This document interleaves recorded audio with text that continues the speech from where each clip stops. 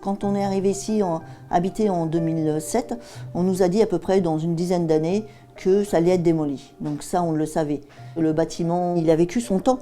C'est le bailleur décideur. S'il juge que les travaux de rénovation complète qu'il devrait y avoir sont extrêmement chers, oui, quelque part, autant démolir et reconstruire.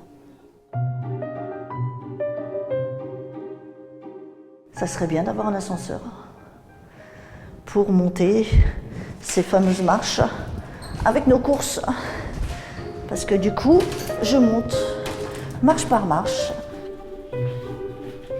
J'ai une hauteur de douche qui fait 28 cm. Je mets une palette qui fait office de marche. C'est bien ici. Le seul truc qui me dérange, c'est tout ce qui est bruit. En fait, c'est pas assez isolé. On a l'impression de ces petits papiers de cigarette et tout. Donc ça crie par là, ça résonne par là, on ne sait pas qui fait. Tout le monde met leur tête à la fenêtre pour voir qui y a. Et puis ça s'engueule sans raison. Ça vous se pète régulièrement. Vu que la construction, comment c'est fait, c'est peut-être on n'a pas le choix d'être délogé pour être logé, pour améliorer l'habitat. Mais le but, c'est revenir ici, j'espère. C'est ça, le but, c'est de revenir dans notre petit quartier, en fait. J'espère. Là, par contre, tu as des prix, mais c'est pas le cas. Les gens ne veulent pas quitter ce secteur-là, parce que c'est accessible. On sort du bâtiment, on va au bout du bâtiment, on traverse la route, on a le bus.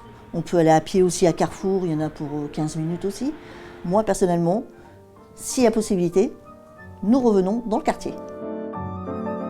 On a une bonne vie de quartier, on a une bonne entente. C'est vrai qu'on a la chance de pouvoir avoir des logements qui sont assez potables, même assez bien. Avoir un T3 ou un T4 à 400 €, 450 € de loyer, c'est impossible. J'ai cherché dans le privé ou quoi que ce soit. Je paye 650, 700 € de loyer, ce qui n'est pas possible à l'heure d'aujourd'hui pour moi, étant seul avec 3 enfants, quoi. Après, si c'est vraiment reconstruire pour mettre bien, garder les mêmes loyers, garder après, voilà, comme je dis, la même ambiance au quartier, c'est pourquoi pas. Je sais que l'ambition de Bretagne Sud Habitat, c'est une large concertation. Je pense que quand on associe les habitants à ce renouvellement urbain, on arrive à de belles histoires. Je pense qu'il faut rassurer, il faut accompagner, il faut projeter, il faut dessiner un avenir commun entre la ville, Bretagne Sud Habitat et ses locataires. Nécessairement, quand on lance des opérations de ce type-là, et c'est normal, plusieurs craintes peuvent apparaître. La première, c'est la crainte de devoir déménager. La deuxième, c'est effectivement la crainte d'avoir un logement qui soit moins adapté, soit par sa taille, soit par son loyer.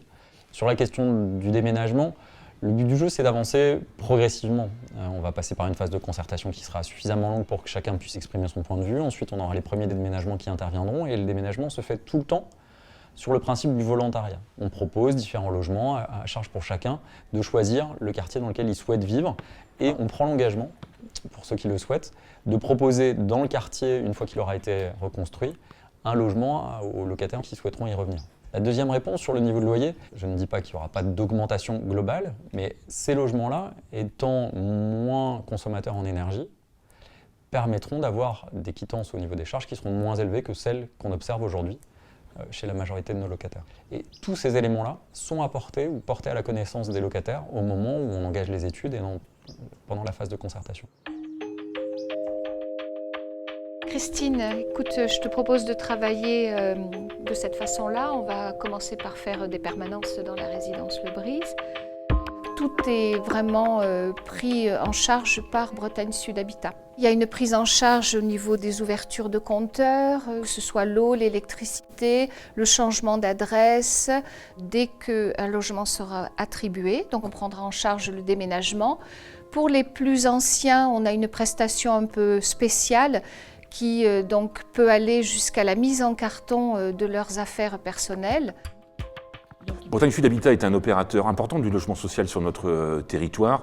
Moi, je me réjouis vraiment de ce projet de Bretagne Sud Habitat, de son conseil d'administration, de son directeur, d'avoir une ambition de renouvellement urbain.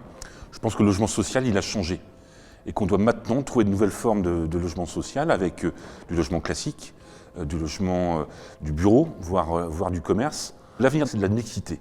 La mixité, c'est la clé de la réussite.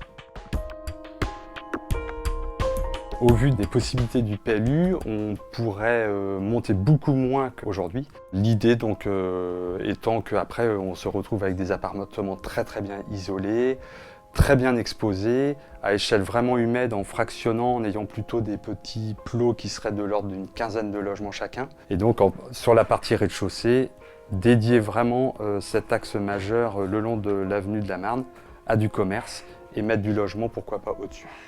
Voilà dans les grandes lignes ce qu'il est possible d'imaginer. Pour nous, l'important, c'est qu'ils se sentent bien tout au long de leur parcours résidentiel. Certains sont à la résidence Le Brise depuis 30 ans, donc c'est pas rien, c'est une belle tranche de vie. Donc on va être très attentifs et attentionnés. C'est vraiment ce qui va nous tenir à cœur pendant tous ces mois où on va les accompagner.